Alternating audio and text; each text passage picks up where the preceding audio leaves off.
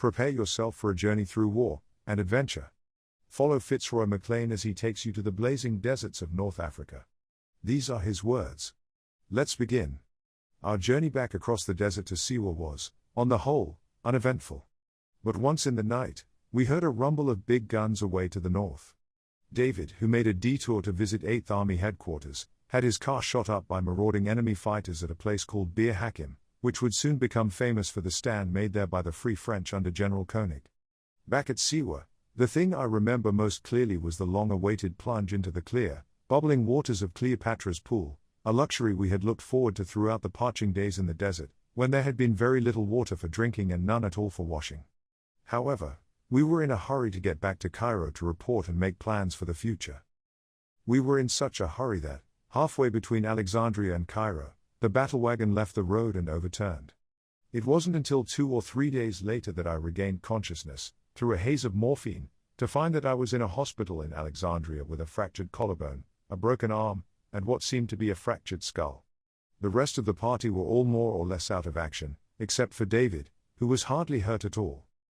At the beginning of July, I left the hospital to convalesce and spent the weeks that followed in enforced, but not unpleasant, idleness, waiting for the plaster to be removed from my limbs. Various people came to see me on their way through Alexandria, where I was staying in great comfort with the Teddy Peels.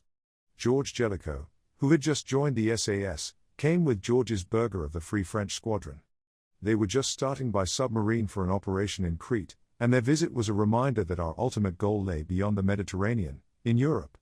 While in Crete, they were betrayed to the enemy, and although Jellicoe got away, Berger spent the rest of the war in a German prison camp. Meanwhile, to pass the time, as I lay idle on the beach at Sidi Bish, I started learning modern Greek from the many fair Greek ladies who frequented it. I felt it might come in useful. Then, one day, David appeared. He had just returned from the desert and was full of plans for a further large-scale raid on Benghazi. He wanted me to come back to Cairo with him immediately to start making preparations. A doctor was found to certify that I was once again medically fit, and we set out. One night, while we were in Cairo, we dined at the embassy.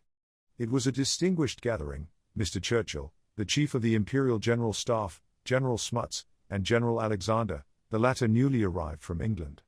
Wondering what they had come to Egypt to do, and little realizing that their visit heralded a complete change in the High Command, we took the opportunity to put in a word for the SAS. We explained our plans and asked for some equipment to carry them out. I had not seen the Prime Minister since becoming a member of the House of Commons. Someone had told him of the stratagem I had employed to extricate myself from the Foreign Office, and it had amused him. "Here," he said, dragging me up to General Smuts, "is the young man who has used the Mother of Parliaments as a public convenience." Meanwhile, our plans for a raid on Benghazi had been enthusiastically received at GHQ, with such enthusiasm that, by the time they came back to us, they were practically unrecognizable. The latest scheme envisaged a major operation against Benghazi, to be carried out in conjunction with similar large-scale operations elsewhere. The military situation in the Middle East had deteriorated sharply since May. The gunfire we had heard on our way back from Benghazi had heralded Rommel's attack on the Gazala line, followed by a general offensive. This began at the end of May, leading to bitter fighting, Knightsbridge, Bir Hakim, the fall of Tobruk. Finally, Rommel's advance to El Alamein brought the Afrika Korps to within 80 or 90 miles of Alexandria. In Cairo, the staff at GHQ Middle East were burning their files, and the Italian colony was dusting off their black shirts and fascist badges, preparing for Mussolini's triumphant entry. The long-range desert group had been forced to leave Siwa in a hurry, and that pleasant oasis was now occupied by a detachment of fascist youth, specially sent over from Italy for the forthcoming victory parade. Rommel, having consolidated his position at Alamein, was now pouring in supplies through Benghazi and the recently captured port of Tobruk, while amassing all available resources for a knockout blow against the 8th Army. Our task was to create a diversion, thereby interfering with this process. Altogether, 4 operations were planned. We were to attack Benghazi with a force numbering some 200 men. At the same time, a similar raid was to be made on Tobruk with naval and air support. 2 patrols of the long-range desert group were to raid the airfield at Bache, 50 miles east of Benghazi along the coast. Finally, the Sudan Defense Force was to take and hold the oasis of Yalor, situated in the desert 300 miles south of Benghazi. Now that Siwa was in enemy hands, our base for these operations would be Kufra, an oasis 800 miles south of Benghazi, which had been captured from the Italians in 1941. Very considerable preparations and detailed planning were needed for an operation of this scale. Clearly, transporting several dozen vehicles and 200 men across 800 miles of waterless desert without alerting the enemy would be no easy task. While David was busy attending conferences, collecting new recruits, and securing additional transport and equipment, I went down to Fayoum, where the LRDG had made their home after leaving Siwa, to look at maps with Bill Shaw.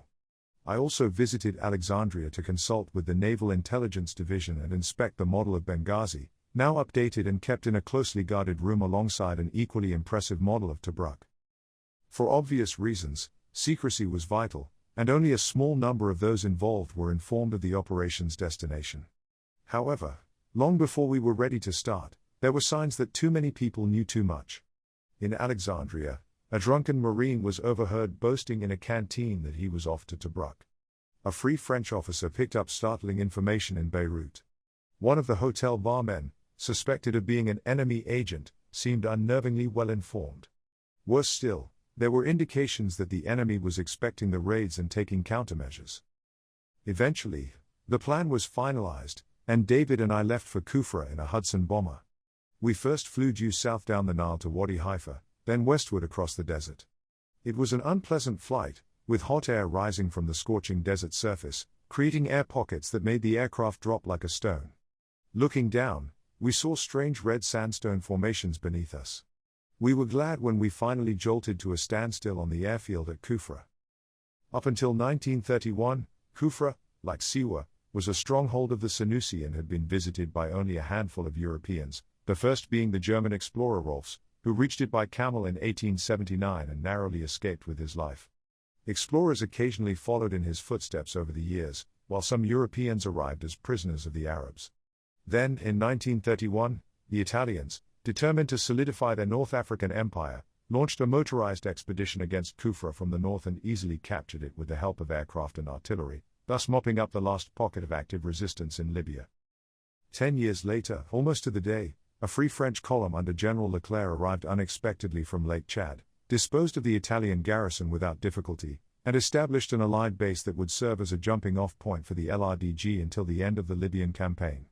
The Italians had built a fort on a hill dominating the oasis. In the middle of the courtyard stood a fascist emblem, made of cement, with a pompous Latin inscription still celebrating the establishment of this outpost of an empire that was already beginning to crumble. From the fort, one had a good view of the oasis and the surrounding desert. In many ways, Kufra resembled Siwa, with its bright green date palms, clusters of Arab huts made of wattles or mud, and patches of cultivation. Among the palms were 2 lakes of brilliant turquoise blue, so salty that you could float sitting upright in the water, as though in an armchair, with half your body above the surface. The fort was occupied by a garrison of French and British troops. Our own forces, together with the LRDG, the Sudan Defense Force, and the party destined to attack Tobruk, were already encamped under the palms, and we joined them. All the original members of the unit were there, along with 100 or more new recruits, brought in to swell our numbers for the largest operation yet undertaken. There was much to be done in a short time. The fitters were hard at work on the trucks, some of which had suffered considerable damage on the long journey down. Some vehicles had gotten lost in the desert between Wadi Haifa and Kufra, and an aircraft was out looking for them. Bill Compass sappers were busy making bombs, while the navigators studied their maps. Everyone was cleaning up their weapons.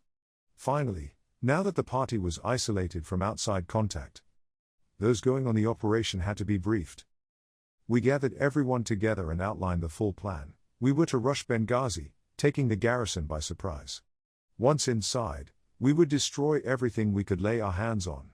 If the situation developed favorably, we might even manage to hold out until relief arrived. In any case, we intended to make Benghazi useless to the enemy for quite some time. The news was received enthusiastically by the troops.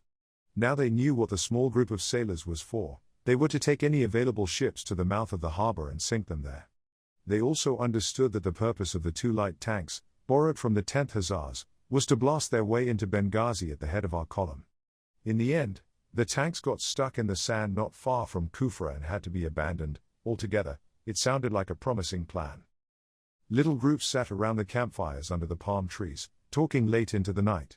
Some were coming with us, while others were involved in the simultaneous, equally ambitious attack on Tobruk, in which a leading role was to be played by a group of German Jews dressed in enemy uniforms, who would bluff their way past the sentries as the spearhead of a larger force.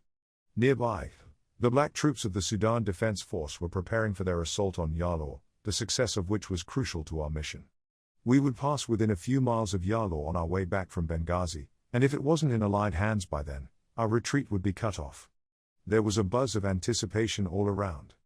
The next day, our advance party, under Paddy Mayne, set out for the Giebel, and I went with them. We had a formidable array of vehicles, most of which were our own.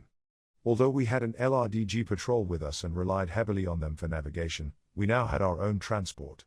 This mainly consisted of Ford 3-tonners carrying petrol, water, and supplies, along with a fleet of jeeps mounted with Vickers K machine guns, which had proven invaluable for desert raiding. David came to see us off, promising to follow with the rest of the party in 3 or 4 days. Everyone was in high spirits, and we gave him a cheer as we drove by. For the first part of the journey, we traveled by day and slept at night. North of Kufra, the desert was pinkish in color, full of fantastical rock formations. On the second day, I was awakened before dawn by screams of pain. One of the cooks, while preparing breakfast, had carelessly thrown petrol on the fire from a bottle. The flame shot back up the stream of petrol into the bottle, which burst in his face. He was terribly burned and in agony. We dressed his burns as best we could, gave him morphine, and sent him back to Kufra in one of the jeeps. It was lucky for him that we weren't farther out. For a convoy as large as ours, there was only one practical route from Kufra to the Giebel. Between us and our destination lay the sand sea, an expanse of deep, soft, fine sand the size of Ireland, ribbed with long, parallel dunes several hundred feet high, following each other in monotonous succession like waves of the sea.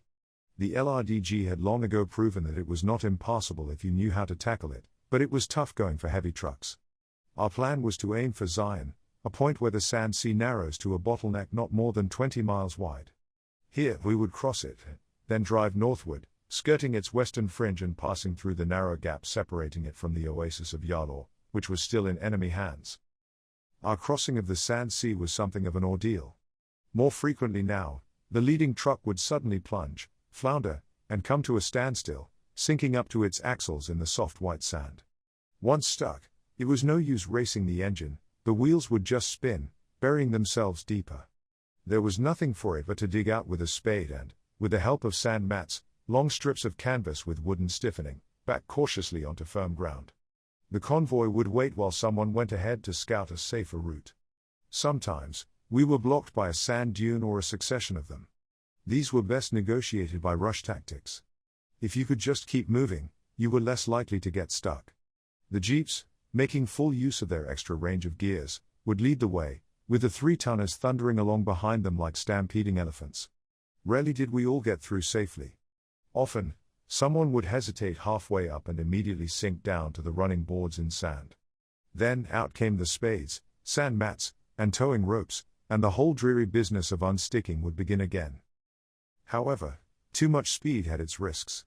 Many sand dunes fell away sharply on the far side, and if you reached the top at full speed, you could find yourself plunging headlong over a precipice, ending up with your truck upside down 40 or 50 feet below. The tracks we left behind told the story of our progress. Sometimes, when the going was good, the tracks ran straight and even like railway lines. At other times, when things were going less well, they wavered and branched off, and where disaster had struck, they ended in a tangled mess of footprints, tire marks, and holes in the sand. But ours were not the only tracks that scarred the desert's surface. Fortunately, from the air, fresh tracks were not easily distinguishable from old ones, otherwise, it wouldn't have been difficult for enemy aircraft to hunt us down. Even so, a party as large as ours, moving across the open desert in broad daylight and throwing up a great cloud of dust, could not hope to be as unobtrusive as a single patrol. We knew that once spotted, we would make a splendid target. It was crucial that we not attract the attention of the Italian garrison while passing Yalor, for they were known to be in wireless communication with Benghazi, and a message from them at this stage would ruin our chances of success. We timed our journey to pass the Yalor Gap at midday, when the heat haze made visibility poor. When the navigators estimated we were abreast of the oasis, we halted. I climbed a small conical hill to survey the surroundings, but there was nothing to see except a few camels chewing at the sparse scrub. Off in the distance, to the west, some black specks danced in the haze, which, with a stretch of imagination, might have been the palm trees of Yalor. On the hilltop, I found a Chianti flask and wished it were full. We had a hurried meal of tinned salmon and biscuits, washed down with half a mug of tepid water, and pressed on. Now that we were nearing the coast, where enemy patrols and aircraft were more likely, we only moved at night, hiding and camouflaging the trucks by day. Once again, we crossed the Tri El Obed, keeping a sharp lookout for thermos bombs. But not sharp enough. As we were halfway across, I heard an explosion immediately behind me. Turning around, I saw the 3-tonner following my tracks had lost a wheel to a thermos bomb, which my lighted Jeep had passed over without triggering. Luckily, the height of the truck had protected its occupants, and no one was hurt. We redistributed the 3-tonner's load among the remaining vehicles and continued. 2 or 3 days later, we reached the welcome cover of the Giebel. As far as we could tell, we had crossed 800 miles of open desert, to a destination 600 miles behind enemy lines, without being spotted by air or ground patrols. This was encouraging. Our first priority on reaching the Giebel was to get in touch with Bob Malot. Malot was a middle-aged Belgian cotton merchant living in Alexandria. Before the war, he and his wife had taken trips into the desert in their Ford car for fun. He also spoke some Arabic. When the desert campaign started, he offered his services to the British Army and was commissioned as a subaltern. He rarely visited his home in Alexandria, spending most of his time deep in the desert, hundreds of miles behind enemy lines, living with the Bedouins for months at a time and sending back intelligence via wireless. For food, he relied on supplies from LRDG dumps and what he could get from the Arabs. He had to constantly move from one hiding place to another to evade the enemy search parties sent after him. It was a tough life, even for a younger man. After asking at several Bedouin tents, we were directed to the wadi where Malot was hiding. He was cheerful but tired and extremely hungry. Rommel's advance to El Alamein had disrupted his supply lines. I cooked him some bully beef rissoles fried in oatmeal, which he ate with gusto. At last, someone appreciated my cooking. Then we pulled out our maps and discussed the upcoming operation. Malot reported several suspicious enemy troop movements in the area over the past week or 10 days. In particular, various outposts on the edge of the Giebel had been reinforced. It seemed likely we were expected. I recalled the warnings I had heard in Alexandria before we started. We decided to investigate further. We spoke with 2 local sheikhs, dignified old men with grey beards who were friends of Malot. We squatted on the ground atop a hill, brewed tea, and talked Incon. Exclusively in a mixture of Arabic and Italian. Their information was vague, but they confirmed that the enemy seemed uneasy. Given this confirmation, Malot suggested sending one of his Arabs, a deserter from the Italian army and a native of Benghazi, to gather information in the town. That afternoon, we took the Arab to the edge of the escarpment and sent him off on his 20-mile walk to Benghazi, instructing him to spend the next day there and return the following night. He set off down the escarpment, grumbling all the way. We called after him to bring us some cigarettes and matches from Benghazi. He looked thoroughly unreliable. Malot and I waited in a nearby wadi. The rest of the party was camped 5 or 6 miles away. I cooked more rissoles. The next day, we lay low in the scrub, waiting. Malot told me stories about his time as a pilot in the Belgian Air Force during the First World War, and about his life in the Giebel. That night, we stayed up waiting for our spy. There was no sign of him. After breakfast, just as we were giving up hope, he limped in, complaining that his feet hurt. He looked more unreliable than ever. However, he had brought us cigarettes, decorated with a large fascist badge, and little Italian wax matches, Serini which I hadn't seen since before the war. We fed him and started questioning him, Malot in Arabic, I in Italian. He had a lot to tell us. He had stayed the night with relatives and visited the bazaar. According to him, news of our impending attack had spread throughout the bazaar, causing quite a stir. The civilian population was being evacuated. A strong German machine gun detachment and Italian infantry reinforcements had arrived, and minefields had been laid around the city perimeter, including where we planned to break through. Finally, our intended attack date, September 14th, was being openly discussed. In short, his report was far from reassuring. Taking the Arab with us, we returned to the wadi where the rest of our party was camped. There, we found David and the main force had just arrived, delayed by several breakdowns along the way. They had traveled day and night to make up for lost time and believed they hadn't been spotted. However, a jeep had been blown up by thermos bombs crossing the Tri-El Obed, killing its occupants. One of them was an elderly lieutenant in the Royal Naval Reserve who had been the harbour master at Benghazi during the British occupation of the town the previous year. He was supposed to guide us through the harbour. It seemed cruel for him to be killed so early in the operation. We shared our news with David, and after some discussion, he decided to send a signal to GHQ, asking if they wanted to change the plan in light of the widespread rumors. Clearly, we couldn't come this far and leave without making the raid, but a change in the timetable might confuse the enemy and give us a better chance. The reply came within a few hours. We were to ignore bizarre gossip and proceed according to the original timetable. It seemed the rumors were unfounded. Mullah's Arab had likely been trying to scare us off, hoping to avoid participation in an operation he had no desire to be part of. Reassured, we continued our preparations. Our plan was simple. The main body, relying on the element of surprise essential to operations like this, would descend the escarpment at nightfall, cross the plain, rush the roadblock, and drive full speed to the harbour, where various targets had been assigned to different teams. After that, we would see how things unfolded. One problem was an Italian wireless post in a small fort on the edge of the escarpment, located such that we would have to pass close to it on our way down. We decided to send a small team ahead to silence the occupants before they could raise the alarm.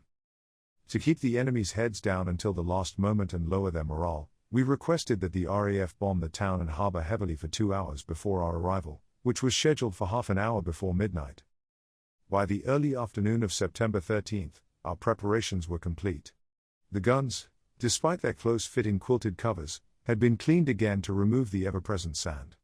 The explosives, under Bill Cumper's care, were ready. We noticed the doctor preparing bandages, splints, and blood plasma for our return. Each of us was issued an escape set in case we were left behind or captured, a map of the Western Desert printed on silk, to be hidden in the lining of our battle dress, a small compass disguised as a button, some benzodrine tablets, a collapsible water bottle, and other ingenious items to be hidden on our person. The team assigned to attack the fort set out first, led by Bob Mallow, who insisted on taking command. With him was Chris Bailey, a new recruit to the SAS whom we all liked. Before the war, he had run a hotel in Cyprus. Then, it was our turn. We stripped the branches and camouflage nets from the vehicles, removed the covers from the guns, and ate a hurried meal, a bar of chocolate and a tin of sardines. The convoy assembled, and we set off at dusk, following a winding valley toward the plain. For the first hour or two, the terrain was familiar, as we were retracing the route Mallow and I had taken to the escarpment. The maps were inaccurate, so we navigated through the maze of wadis using landmarks, a burnt-out German truck, a Mohammedan shrine, the distinctive outline of a hilltop. It was clear that navigating the precipitous escarpment with a convoy as large as ours would be no easy feat, especially given the latest enemy troop dispositions. Mullah's Arab, who claimed to know a good route down, was brought to the front of the column to guide us. He proved to be a poor guide. It was now fully dark, and the track grew steeper and more treacherous, littered with boulders that grated ominously against the truck's sumps. After enduring a good deal of whispered scolding from me in Italian, our guide admitted we were in the wrong wadi. Extracting the column and finding a new way down was a slow, painful process. Meanwhile, the RAF had been bombing Benghazi for some time.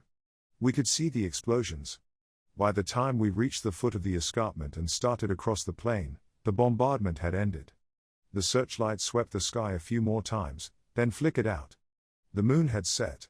We would now arrive at Benghazi well after the appointed hour.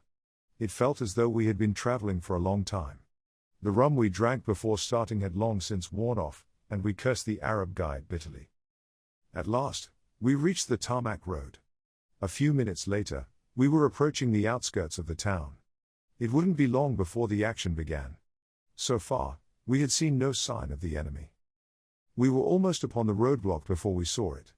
There was no red light this time, no sentry, just a bar across the road. Beyond it, something flapped in the wind. The lead vehicles stopped, and word was passed back for the column to halt while we investigated. There was wire on both sides of the road, and in some places, the soil appeared to have been disturbed. It looked like the minefield we had been warned about. If so, the only viable route was along the road, through the roadblocks. David summoned Bill Kumper, our mine expert, to assess the situation. Bill, ever the joker, made one of his inevitable quips as we watched him inspect the area. It seemed our suspicions were correct. After a quick look, he turned his attention to the roadblock. A few seconds of fiddling with the catch, and the bar flew up, leaving the way clear. Bill, in his best Stanley Holloway voice, said with a flourish, "Let battle commence," stepping aside to let the lead jeep through. His words were scarcely out of his mouth when chaos erupted. From the other side of the roadblock, a dozen machine guns opened up on us at point-blank range.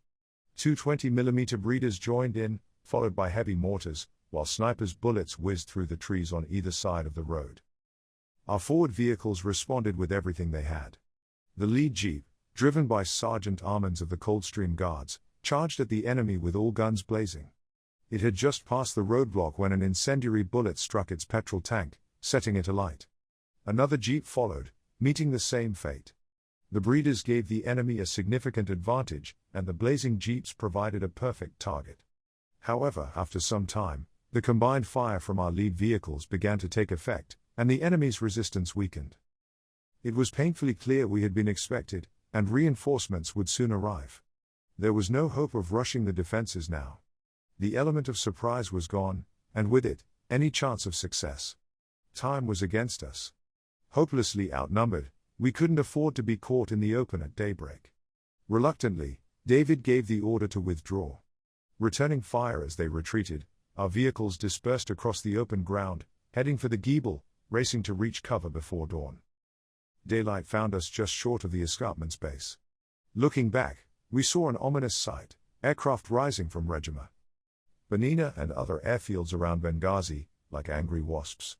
We barely had time to drive our trucks into the scant cover of the rocky ravines before the first wave of aircraft arrived, bombing and strafing us. About a dozen planes circled overhead, one after another peeling off to make their attack, then returning to reload while another took its place. Fortunately, the pilots seemed unsure of our exact location, and much of their fire missed the mark. From our vantage point, we could see a small group of Arabs making their way across the plain, heading to the bazaar, two old men on donkeys followed by women on foot.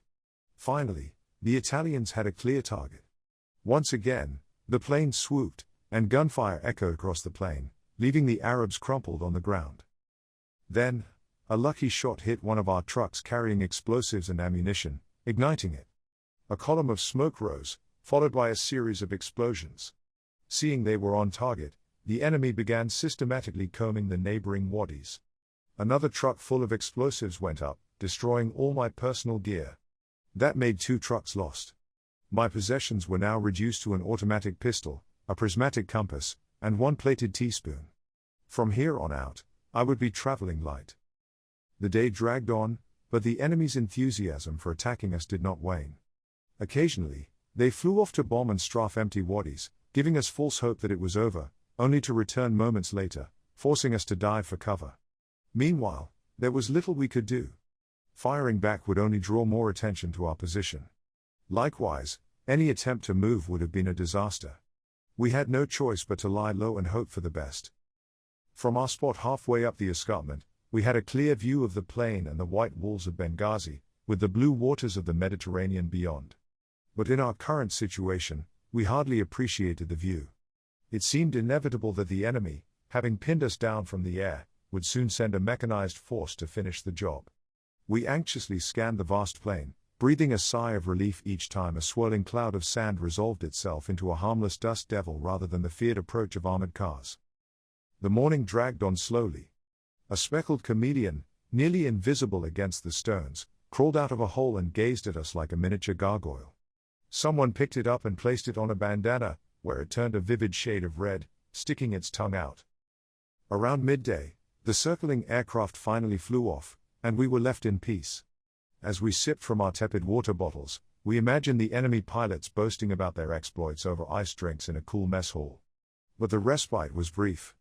The planes returned in the afternoon, working in shifts until sunset. Remarkably, though, no ground forces had appeared. When night fell and the last aircraft departed, we took stock of our situation. It was far from ideal. That concludes the 4th part of the story. Thank you very much for listening.